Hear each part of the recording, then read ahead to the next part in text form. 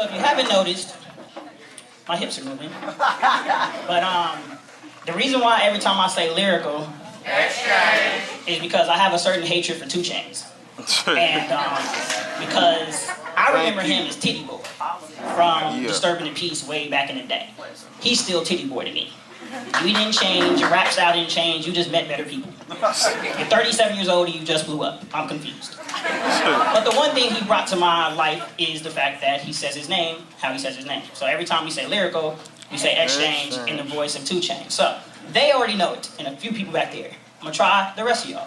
Lyrical! Oh, that's beautiful. Y'all should come on Tuesdays and do that. That'd be wonderful. Yeah, let's do that. All right, so.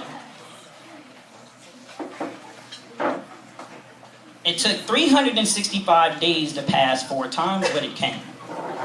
Heavenly sent courage to speak words unspoken, but let's go back to the backstory.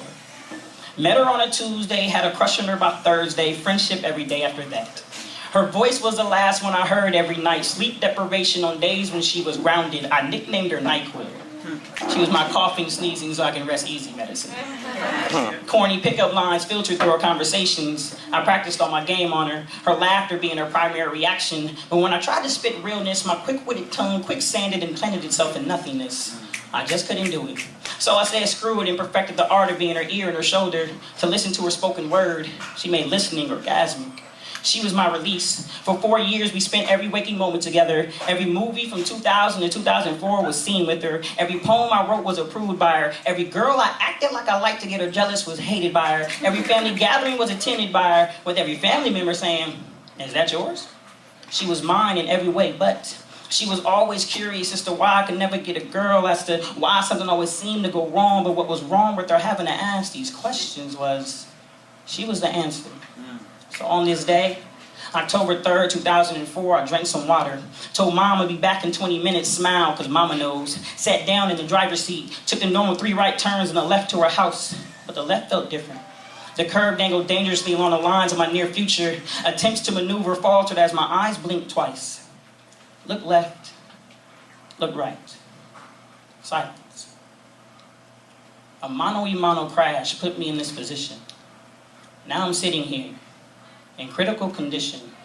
Extremities non-functional, eyes closed to the pain. Bandages protecting flesh wounds of carnage. 2 hours away from leaving this earth, she came to visit. I could sense she was crying. She took her 2 short breaths and a long. She held my hand as I prayed one last time for the opportunity to tell her what I've been holding in since that Tuesday. God granted this wish as my right hand tingled. My right hand wiggled. A right hand motion for a pen and paper. She got the gesture. Placed it gently in my hand, I wrote my final words.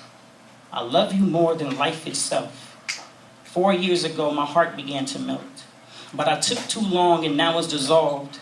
Right when I was ready to tell you, I wanted to be involved in the conception of your children, in the beginning of your life. I wanted you forever. I wanted you as my wife. Understand the deepness of my love for you and realize that not having you just wouldn't do. And as God ends this special request, just remember on a Tuesday, I was truly blessed. The pen dropped to the floor and I gave up the fight.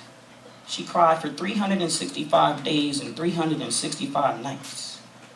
Woke up on that 366th morning. Smiled for the first time since my death began the morning. She looked at the calendar with nothing to say. The first day of the rest of her life. A Tuesday.